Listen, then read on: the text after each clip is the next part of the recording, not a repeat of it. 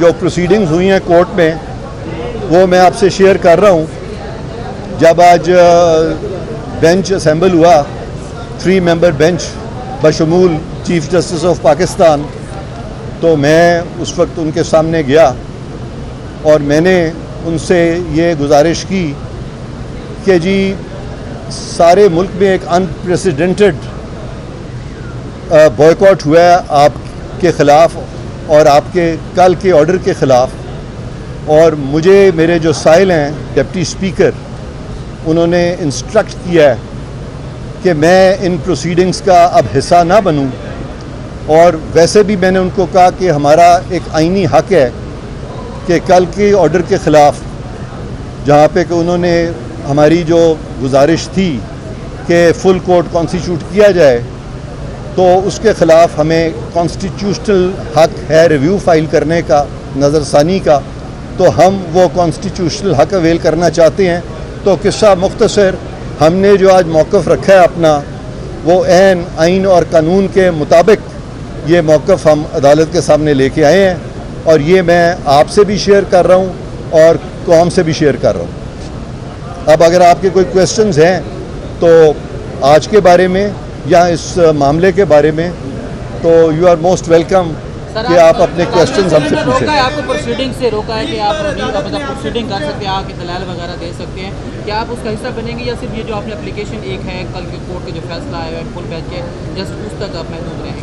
मैंने आपको आज की जो रुदाद है वो बता दी है, वो बिल्कुल क्लियर है।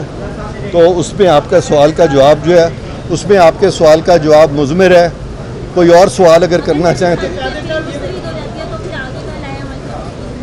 जी बिल्कुल, जब नज़रसानी की अपील अगर हमारी मुस्तरद हो जाती है तो फिर ऑब्वियसली फिर हम देखेंगे, क्योंकि अब नज़रसानी की अपील भी हम तो नहीं चाहेंगे ना कि ये बेंच सुने।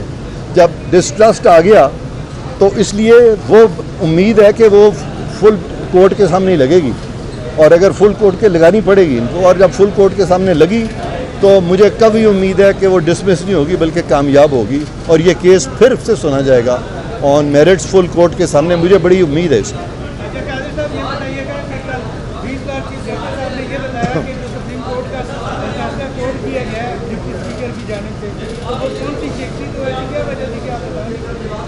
मैंने बताया उनके ऑर्डर में गलत लिखा हुआ है, सरीहन गलत लिखा हुआ है उनके 23 तारीख के ऑर्डर में, कि मैं नहीं बता सका।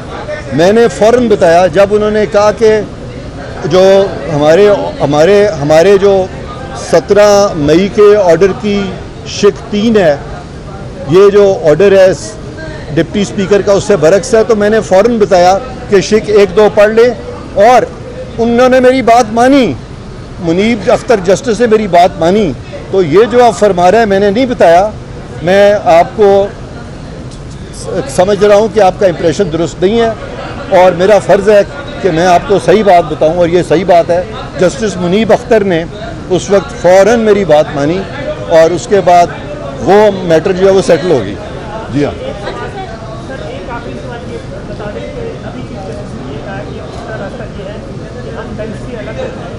हाँ,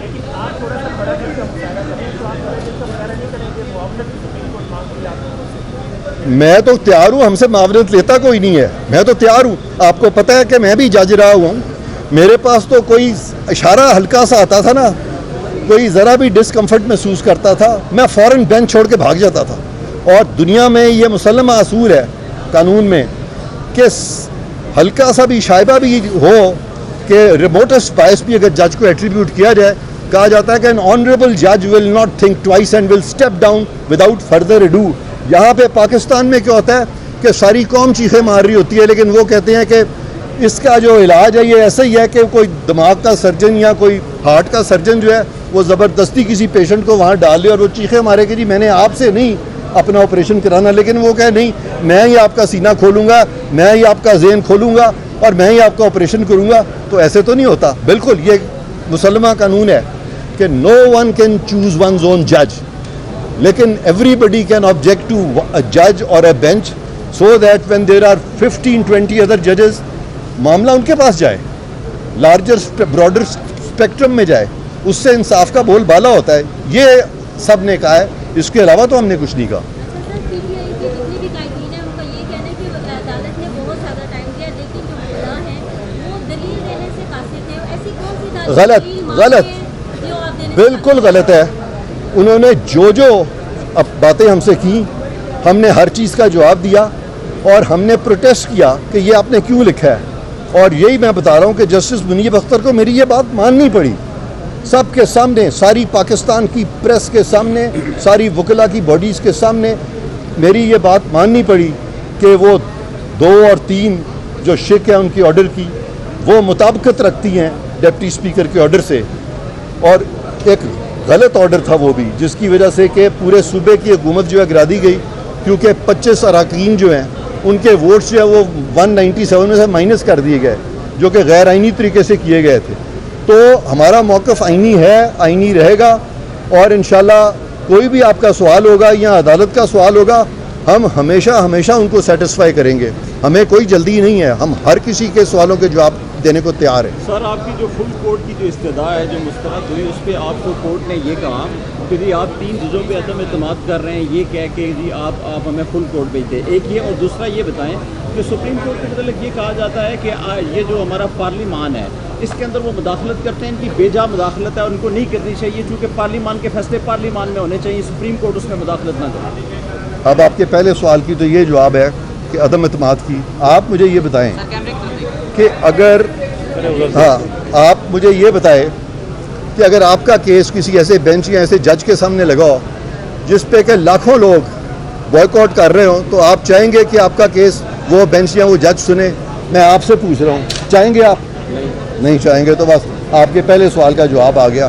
दूसरा सवाल कि पार्लिमान जो है उसमें मुदाखलत सुप्रीम कोर्ट को करनी चाहिए कि नहीं करनी चाहिए। पहली बात तो ये है कि पार्लिमान में सुप्रीम कोर्ट को कोई इख्तियार नहीं है मुदाखलत करने का। दूसरी बात यह है कि पार्लिमान को मजबूत और मुस्तहकम सुप्रीम कोर्ट को करना चाहिए। इसलिए जिन केसेस में सुप्रीम कोर्ट पार्लियामेंट को मजबूत करती है, मुस्तहकम करती है, और मेजॉरिटी जो कि पार्लिमान की होती है उससे हम आहंगी शो करती है, वहाँ सुप्रीम कोर्ट बिल्कुल कर सकती है और सुप्रीम कोर्ट को भी मजबूत कर सकती है पार्लिमान।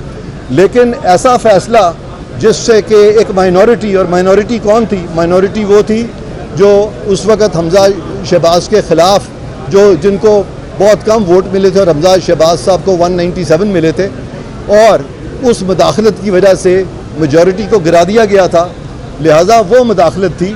हम बिल्कुल इस तरह की मुदाखलत समझते हैं कि सुप्रीम कोर्ट को कोई इख्तियार नहीं है इस तरह की मुदाखलत वो पार्लिमान में करे, और पार्लिमान में माइनॉरिटी को, सॉरी, पार्लिमान में मेजॉरिटी को माइनॉरिटी के हाथों यरगमाल बना ले, ये सुप्रीम कोर्ट नहीं कर सकती। फुल बेंच ना बनाने के पीछे ये भी वजह बताई जा रही है कि 5 जजेस होंगे तो बाकी दीगर केसेस जो है वो अल्तबा का शिकार हो जाएंगे, आगे बहुत सारे केसेस अल्तबा का शिकार। हाँ, अब इसका जवाब मैंने दे दिया था कि एक जज साहब सुप्रीम कोर्ट के, उनका जब मामला आया था तो 10 जज सुन रहे थे, और यहाँ पे पूरे पाकिस्तान का मसला है और 3 जज सुन रहे हैं, तो उस वक़्त इल्तवा नहीं हो रहा था।